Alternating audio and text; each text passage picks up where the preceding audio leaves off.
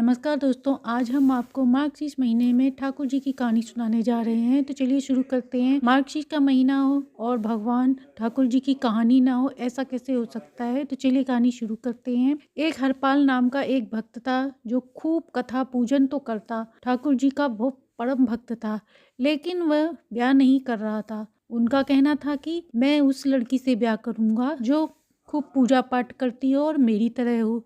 तभी उनके एक किसी रिश्तेदार ने बताया कि मुझे एक लड़की तेरे लायक मिल गई है। उसकी शर्त है कि मैं उस व्यक्ति से विवाह करूंगी जो रोज 1000 संतों को भोजन कराता हो। हरपाल जी ने सुना तो कहा, अगर ऐसी बात है तो मैं उस कन्या से विवाह कर लूंगा। तब रिश्तेदार ने कहा ठीक है और उनका विवाह करा दिया। अब हरपाल जी हर रोज 1000 लोगों को भोजन कराने लगे। इस तरह वह रोज ऐसा ही करते थे। लेकिन हरपाल जी बेरोजगार थे, उनके पास कोई काम नहीं था। वह अपने दादा परदादा की संपत्ति से ही सब कुछ कर रहे थे। एक साल तो सब कुछ अच्छा चल रहा था, धीरे धीरे सब समाप्त होने लगा और उनका धन खत्म हो गया। वह बहुत संपन्न थे, धनी थे, इसलिए लोगों ने उन्हें उधार देना शुरू कर दिया। पर 7-8 महीने के बाद जब पैसा मांगने लगे सभी लोग, तो वह किसी का दे नहीं पाए।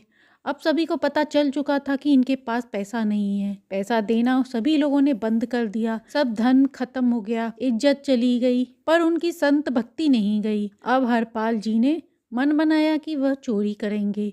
अब हरपाल जी चोरी संपन्न घरों में जाकर चोरी करने लगे। पर वह चोरी में आटा, दाल, चावल, खाद्य सामग्री चुरा लाते ताकि भंडारा हो जाए। अब वो पूरे नगर में हल्ला हो गया कि घरों से राशन चोरी हो रहा है। सभी सोचने लगे, बड़ा अजीब व्यक्ति है, धन नहीं चुराता, राशन चुराता है। सभी ने पहरा बैठा दिया। अब हरपाल जी ने सोचा कि किसी ऐसे व्यक्ति के घर चोरी की जाए जहाँ वह लोग कभी भी ना संत सेवा करते हो, ना पूजा दान पुण्य करते हो।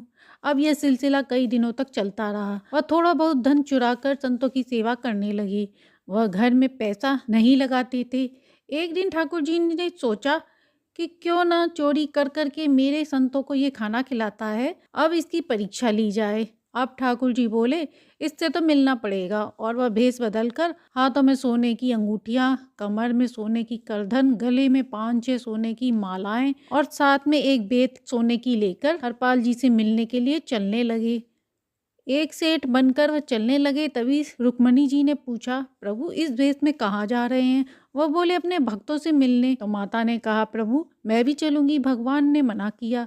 पर वह नहीं माने तो भगवान ने उनको भी भेष बदलने को कहा। दोनों सेठ सेठानी का रूप धर के खूब धन पहन के चल दिए। कुछ दूर पर हरपाल जी बैठे इंतजार कर रहे थे कि यहाँ कोई धनी व्यक्ति निकले तो उसका धन लूटकर संत सेवा में लगा दूं। तभी उसी मार्ग पर ठाकुर जी माता रुक्मणी सेठ सेठानी के रूप में वहां आ गए। हरपाल जी ने देखा तो सोचा, यह व्यक्ति तो इतना धनी है कि इसे लूटने पर 1 साल की व्यवस्था हो जाएगी भंडारे के लिए। जैसे ही उनके पास ठाकुर जी पहुंचे, हरपाल जी उन्हें राम राम कहकर प्रणाम किया। तो सेठ गुस्से से बोले, ठाकुर जी कैसे भगवान, हमने सुना है एक व्यक्ति यहाँ चोरी करता है, संत सेवा करता है, ऐसी कैसी भक्ति की लोगों को लूट कर संतों की सेवा करता है।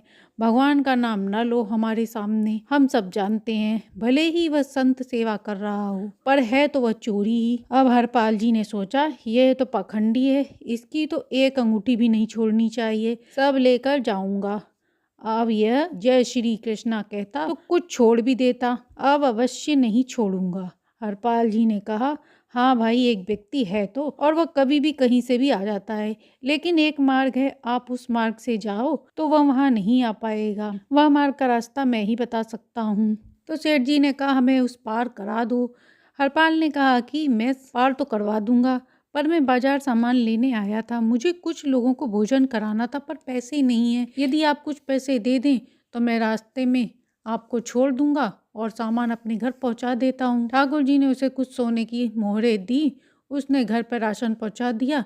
पत्नी को सामग्री देकर कहा, भोजन बनवाओ, संतों की सेवा करवाओ। संत पूछे तो बता देना आप लोगों के 10 साल की व्यवस्था करने गए हैं। हरपाल जी आए, सेठ जी से बोले, चले सभी लोग।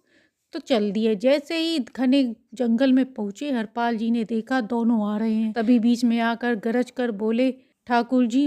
बोले, भैया ये क्या कर रहे हो।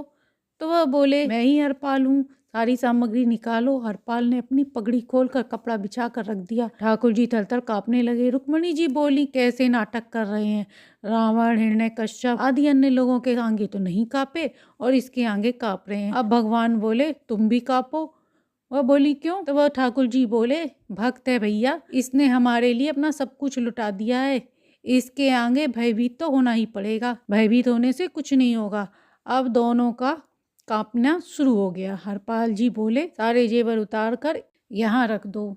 अब सेठ जी बेत लेकर चलने लगे तो हरपाल जी ने कहा, ये बेत लेकर कहाँ जा रहे हो? तो उन्होंने कहा, ये बुढ़ापे की लाठी है भैया, हम गिर जाएंगे। हरपाल जी ने कहा, नहीं गिरोगे, सारा धन यहीं पर रख कर जाओ। अब वह सोचने लगा कि 10 साल की व्यवस्था हो गई। ठाकुर जी की उंगली में एक अंगूठी रह गई, यह भी निकालो। हरपाल जी ने कहा। ठाकुर जी ने कहा, यह बचपन की अंगूठी है, यह हाथ से निकलती ही नहीं है, इसे तो रहने दो भैया। वह बोले, तुम्हें क्या पता, इस अंगूठी से 1 हफ्ते का संत भोजन निकलेगा। तब हरपाल जी उंगली काटने ही वाले थे, तभी भगवान ठाकुर जी अपने रूप में प्रकट हो गए और माता अपने रूप में आ गईं और दोनों हरपाल जी को अपने गले में लगा लिया। हरपाल समझ नहीं पाए और देखकर अचंभे से चकित होकर देख रहे थे कि साक्षात द्वारिकाधीश रुक्मणी माता। ठाकुर जी बोले, हम तुम्हारी भक्ति से प्रसन्न होकर तुम्हें दर्शन देने आए हैं। हरपाल जी रोने लगे, सर पटकने लगे और कहने लगे, हे प्रभु, हे नाथ, मैं आपको पहचान नहीं पाया, मैं बड़ा पापी हूँ। भगवान ने कहा, नहीं हरपाल, तुम पापी नहीं हो, तुमने कभी भी धन अपने